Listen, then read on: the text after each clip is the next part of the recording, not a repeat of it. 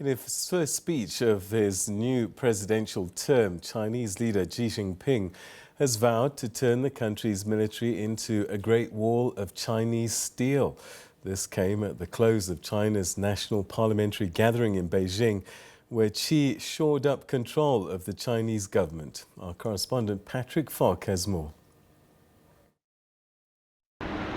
Well, even if the speech today wasn't intended for an international audience, it will have served as a warning shot to the US and its allies, the UK and Australia included, as that grouping gets together in San Diego today to discuss that nuclear submarine deal under the AUKUS scheme. But this was certainly targeted at a domestic audience predominantly. When you look at the language that President Xi used, it was reminiscent of the words that he talked about in his address during the 100th anniversary of the founding of the Communist Party, when he said that anybody who tried to bully China would have their heads smashed against a great wall of Chinese steel. And so this was certainly intended to rouse nationalistic sentiments and reinforce justification for him to stay on as leader for another 5 years. Well, for a bit more on a wrap of the China's National People's Congress and the start of Xi Jinping's third term in office as president, we're now joined by Thembisa Fakude, who's a senior research fellow at the Africa-Asia Dialogues. Thembisa, always good to talk to you. How significant is this third term? It's unprecedented, isn't it? It is unprecedented, and it gives Xi Jinping enormous powers, and it also empowers him to actually carry on a certain foreign policy without much consultation. So it's quite an interesting times, not only in Chinese politics, but in global politics. And I think the Taiwanese are a bit worried about these new powers that's been given to Xi Jinping. They all wonder what he will do, because the fact that he's been given these powers, or given the third term as a president, it means that he's likely to do little to convince the Chinese population when it comes to decision on foreign policy. And one of the most important things to do on his agenda will be to deal, in inverted commas, with Taiwan. I was just about to ask about that. I mean, it's not just Taiwan, it's Hong Kong as well, isn't it? So reunification, that seems to be one of his big missions in this third-term presidency. Yes, that's going to be, I mean, notwithstanding, of course, that China's never really governed Taiwan, but they are looking at reunification. The one China policy is key, and they're going to be going ahead with it. Hong Kong is a done deal. One will argue that they've managed to get things in control. They've pushed out the opposition there, and activists are all now scattered around the world, mainly in the UK. So the main mission at the moment will be to deal, in inverted commas, as I've said, with Taiwan, Taiwan which insists and continues to align itself with the United States. So does that put China and the US on a collision course? And it would seem that Xi Jinping is going to test US-China relations perhaps a little bit more in his third term.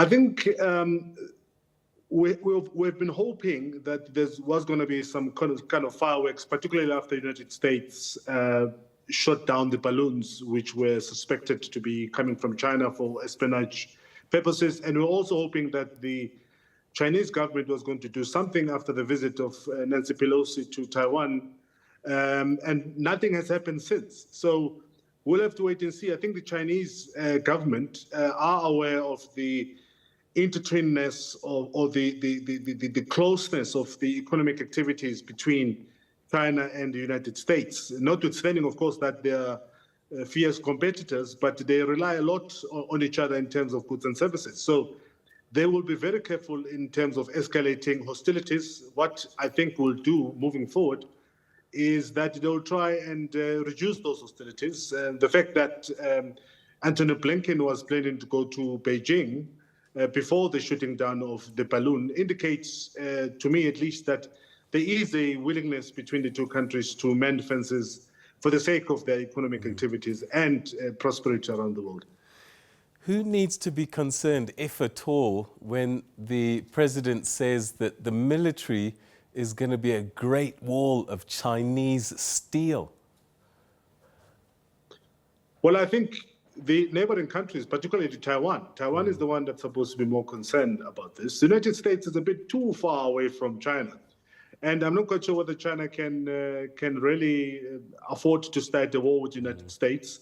But the United States would like to see China moving into that direction, because currently they don't know what China has. They did manage to pull the Russian into the trap, because now we know what Vladimir Putin and the Russian army is all about and they're capable of. They haven't managed to push back the advances of Ukrainians, but very few in the world actually know what China is capable of. And until you can see Chinese armament and war arsenal, it's very difficult for you to sleep comfortably at night. And that's what the United States want to do. They will continue provoking China so that they can see what China can do, and in that manner they can prepare themselves. China's saying that it's not going to help Russia in the Ukraine war with arms. Do you think they'll hold on to that? Well, they are helping Russia in terms of smuggling and, to an extent, buying their oil cheaply and reselling it on behalf of Russia. But I think the warnings from the United States were quite clear, that there will be consequences. And as I've said, China's foreign policy, by the way, this Belt Road Initiative, is all about good neighborliness and mainly economics. And I think China will not be interested in dragging itself into the conflict, which is already condemned by the entire world. As China continues to pursue its Belt Road Initiative, it needs friends and it needs good neighbors. And I don't think they're at the point where they'll want to alienate those friendships, particularly the US allies in the world. So if they do continue or they attempt to assist Russia in any manner, that might just further strain the relationship between themselves and the United States. And the United States is likely to therefore pull in their friends around the world to work against China. What does a Xi Jinping third term mean for Africa? Is it greater relations, continued business as normal? I've seen a number of African countries quickly congratulate Xi Jinping on his election as president. China is one of the biggest economic partners in Africa, and it continues to be that, and it's expanding. And it's got very friendly relations with Africa, unlike Russia that has a relationship, but it also pursue a very aggressive foreign policy approach, particularly with the advent of Wagner Group in Africa that's creating havoc and instability in many parts of Africa.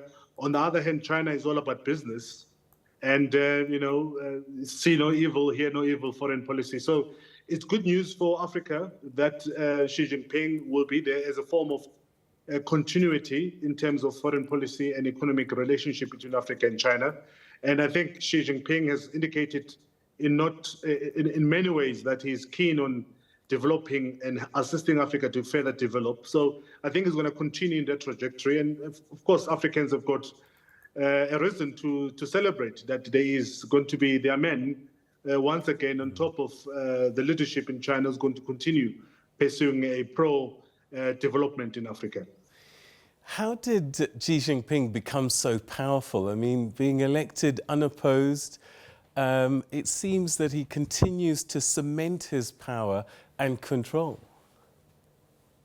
Yeah, but it also tells you about the leadership bankruptcy in China. One, that, there's one man who seemed to be at the moment treated like a god because of the kind of achievements, by the way, that he has attained over the years in terms of economics. I mean, China has moved from being a laggard in terms of economic activity and successes to be what it is at the moment, one of the most respected countries in the world in terms of its politics and also in terms of economy. There are more Chinese millionaires now, and the standard of living in China has actually really increased. Chinese are happy people because the government is working for them. And I think to that extent, Xi Jinping has managed to garner support, and people in China do love him because they can see the differences in their lives. And by the way, notwithstanding that you're talking about over $1 billion 1.3 human beings who are in China who are